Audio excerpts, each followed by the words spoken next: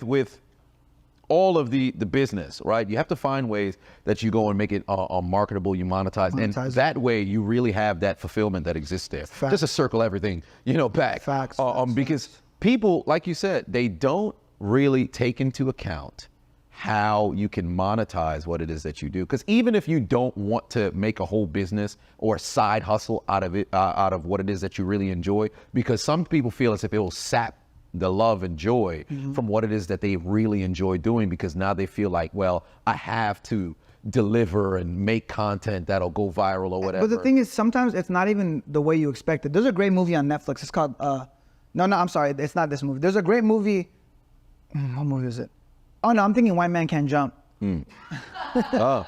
Okay, so White Man Can't Jump, the new one. Have you seen the new one? No, I have not. It's extremely pandery, so at some point it gets a little cringy. Yeah. But there is a lesson to be learned from that. Essentially, Jack Harlow is the white man who can't jump. Right. And he wants, his entire story is he wants to be a professional NBA player. Yeah.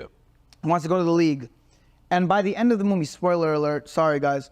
By the end of the movie, he comes to terms with, you know what? I'm just not built for the NBA. Like my knees are I'm too injury prone. I'm not gonna make it to the league. But he settles for becoming an NBA trainer. Right. So he trains NBA players because he has great fundamentals. Yeah. He understands the game. And when you look at that, it's like, that's amazing. Most people think that there's only one route to their dream life, right? They think, I have to go to the NBA or bust, league or bust.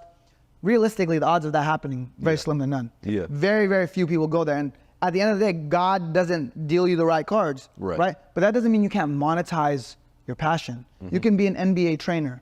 You can work with athletes. You can work in the basketball space. You can go semi-pro, right? Depending on what you want to do. There's a lot of people that think there's only one path, but in reality, you have to find the path that you can do that still allows you to use your passion and monetize it, even if it's not the way you want it, because life's not going to be perfect. Right. Not everything's going to be the way you want it. If it were up to me, I'd be a professional fighter. I'd be a professional NBA player. I'd be a professional rapper. I do all of these things for fun. I fight for free. I play basketball for free. And I make rap music because I think it's fun, but that doesn't mean it's what's meant for me. 100%. And I'm glad that you said that regarding the pivot, because there's like two Instagram accounts that come to mind. One, well, really content creators, Lethal Shooter on Instagram. That dude who's just lights out, just does not miss, can't miss 2 in a row, whatever the case is. Constantly people talk about, man, why is he not in the league? He had a bad injury, and then that was pretty much it. But I'm pretty sure his biggest goal was make it to the NBA. He pivoted. Now he's a shooting trainer, and he's got probably make more money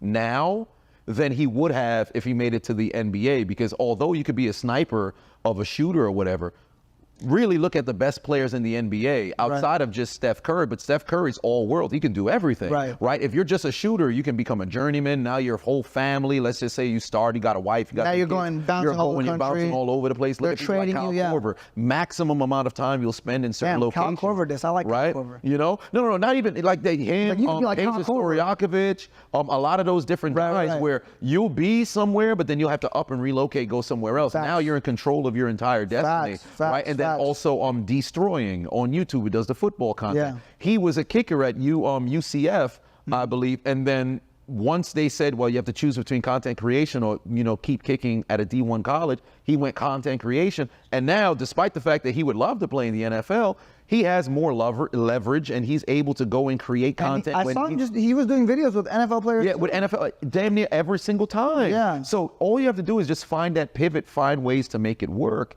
And truly, the fulfillment behind it, you're still doing what it is that you love. You're still walking in your purpose. It's just a different avenue. Exactly. Right? You're still walking, and truly and I think we could end up closing with this portion here, where the biggest thing I think for me of everything that I've done is be able to affect the lives of the people that I love the most. And that's what I really love the most about what it is that content creation, entrepreneurship has afforded me, right? Because earlier this year, probably my number one achievement in life, I was able to pay off my parents' mortgage. Right? So $75,000 big check, right?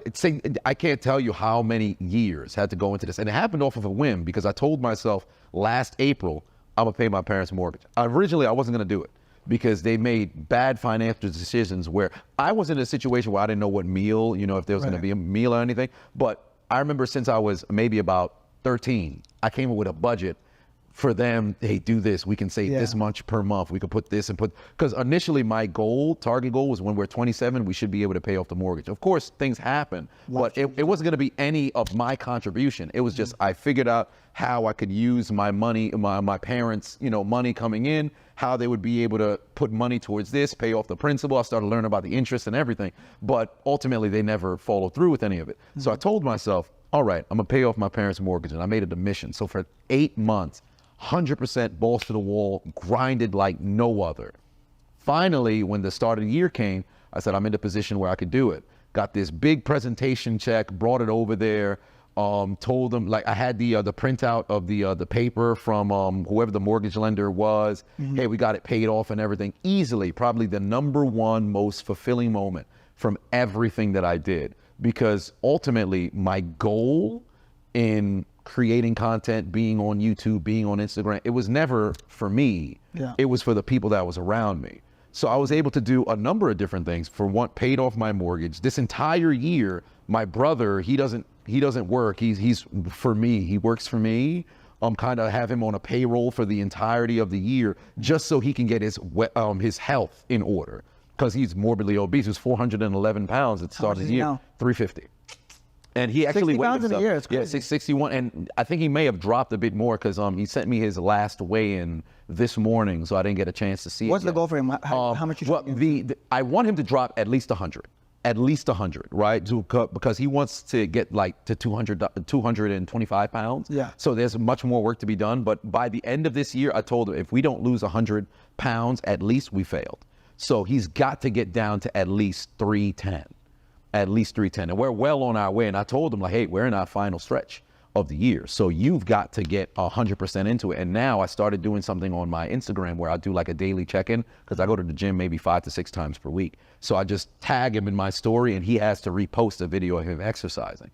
So keep people accountable, right? So I was able to pretty much sponsor him for the entire year and match whatever salary that he had at his job. Leave your job for a whole year. You're with me, you just train and then take care of your business. He's gonna go, he has 1 class left for school, so he's just gonna get his degree. So if he has to work a job as he's building, music, he can actually demand a particular kind of salary. That's a dream, he has the people, that's a dream. Right? So as is that, I was able to get my cousin started with YouTube, because he wanted to start a YouTube channel. So I handed him a check for like 10,000 last year, and yesterday he got to 10,000 subscribers on YouTube. And that was dope. And then ultimately, I think the last thing I was able to do was I was able to buy a car. I was able to buy a car.